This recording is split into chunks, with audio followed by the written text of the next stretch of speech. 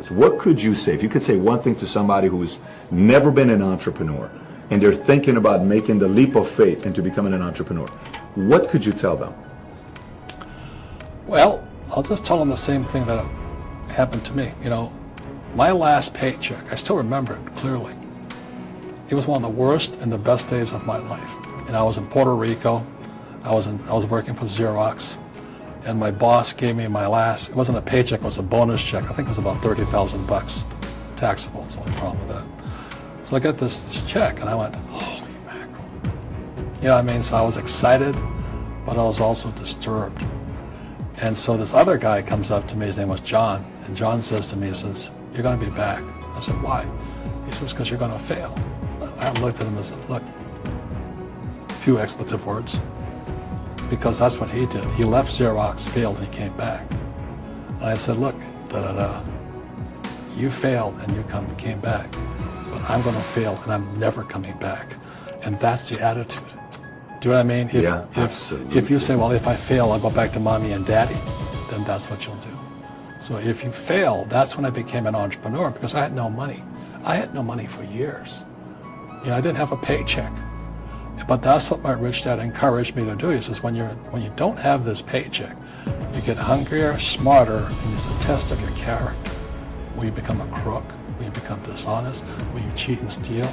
Or will you become a better human being? So really, that's the benefit of becoming an entrepreneur, is you really find out who you are when you don't have anything. So this is what I believe. Sure. In every one of us is a poor person.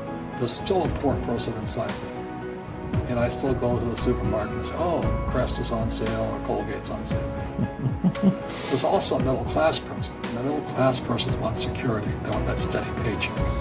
And there's a rich person.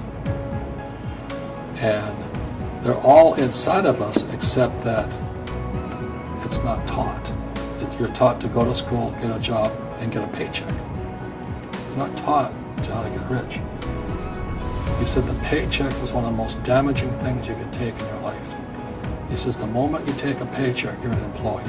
That's the mindset. So the entrepreneur is not so much the business. The entrepreneur is really the mindset and the skill sets and the different set of rules. You see, I don't operate, small business does not operate in the same rules as big business. It's also called the entrepreneurial spirit. Mm-hmm. But what we were actually talking about was there's no such thing as a bad economy. You know, there's external, you and I, we all have an external economy, but we also have an internal economy. Mm-hmm. And the willpower is to change our internal economy. So for me, I can see the good and I can see the bad. I don't really give a damn, because I'm going to be rich anyway. But a poor person with a poor personal economy, all they're going to see is a bad economy, because they don't know how to make money in any economy. And a middle class person, they have a middle class economy. You know, what they want is a nice house, and a steady paycheck, and a job, and the car. And so when you take their job away, to them, that's disaster. Well, since an entrepreneur doesn't have a job anyway, it's no big deal. So all I'm saying to people, and this is what Bucky Fuller taught me, is always two sides, you know what I mean? Unity is plural, at minimum two. So if you think the economy is bad, it's because your economy is bad. If you think that steady, employment is important, then you'll see an economy without jobs. Your economy. Your economy versus the external economy. Got it. What you control versus what you can't control. I can control. Yeah, it's called an internal focus Mm-hmm. versus an external focus. Mm-hmm. So the real entrepreneur has an internal focus.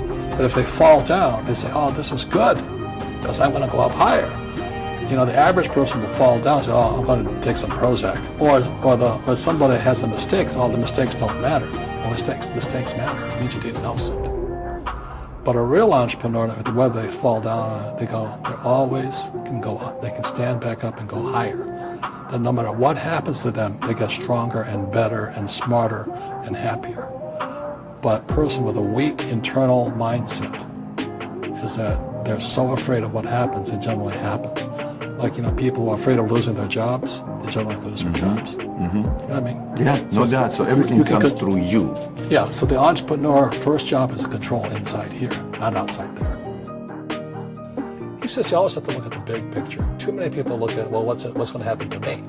When you look at the big picture, you're also going to know that when something bad happens, something good's going to happen. Mm-hmm. But you got to prepare for whatever is coming. If you think the next 20 years will be like the last 20 years, you got to think. You know, when you and I go to the supermarket and we buy a carton of milk, we always check for the expiration date. But most people do not check for the expiration date on their brains. Because when we have obsolete ideas, we get obsolete results. So what's happening for most people, the idea of going to school, getting a job, working hard, saving money, getting out of debt, buying your house because it's an asset, investing for the long term, is obsolete.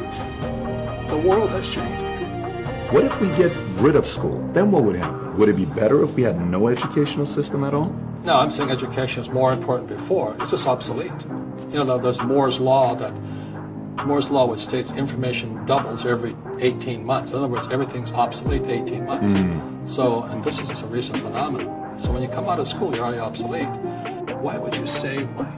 Because back in 1970, I could go to a bank, I got 15 to 18% interest, plus a toaster. You know what I mean? Today, the banks are charging you interest to save money. In other words, the banks don't want your money because they printed too much of it. And that's why there's this bubbles in stocks and bubbles in real estate and all this. People are dumping the cash. Because as I said in here, savers are losers and cash is trash. And yet people, well, I want a high-paying job. Well, that's an obsolete idea. Get out of debt is an obsolete idea. You should learn how to get into debt, how to use debt to get rich. And they'll never teach you about taxes. The reason the 1% is way up here and the 99% are going this way is because when you print money, two things happen, inflation and taxes. They crush you. Instead of get out of debt, I get into debt. I just refinanced $300 million in debt.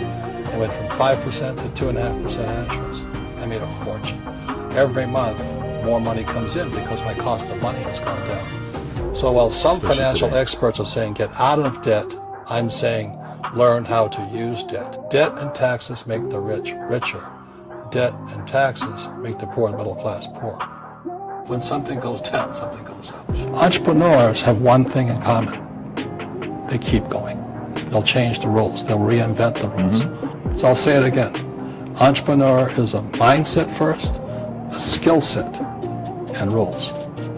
And depending upon whether you're an employee or a small business, the rules are different. The mindsets are different. The skill sets are different. If you're an entrepreneur and you're going to be a big entrepreneur, leadership skills and communication skills are more important than a law degree.